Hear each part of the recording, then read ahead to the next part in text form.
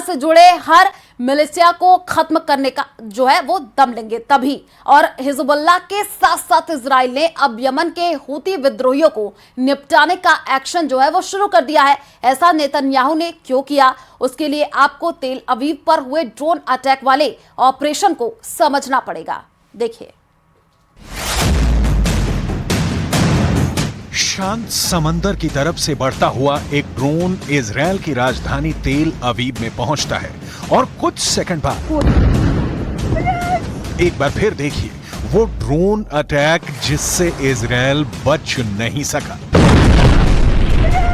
यह हमला तेल अवीव में आधी रात 3 बजे हुआ। धमाका बहुत बड़ा था, किसी को समझ नहीं आया कि आखिर हुआ क्या। सड़कों पर लोग बदहवास हालत में नजर आए। इस हमले में एक व्यक्ति की मौत हो गई, 10 लोग जख्मी हुए हैं। धमाके की कुछ और तस्वीरें भी रिकॉर्ड हुई। धमाका बहुत बड़ा था, आवाज बहुत ज्यादा हुई।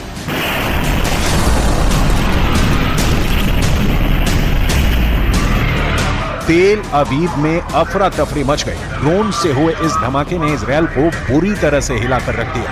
लोग सड़कों पर निकल आए, सायरन बजने लगे। आखिर इजराइल की राजधानी में दुश्मन का ड्रोन कैसे घुस गया? कैसे इजराइल का सबसे मजबूत किला आग के शोलों से चकनाचूर हो गया? इस हमले के बाद नेतन्याहू का कमांड सेंटर आधी रात को ही एक्टिव हो गया।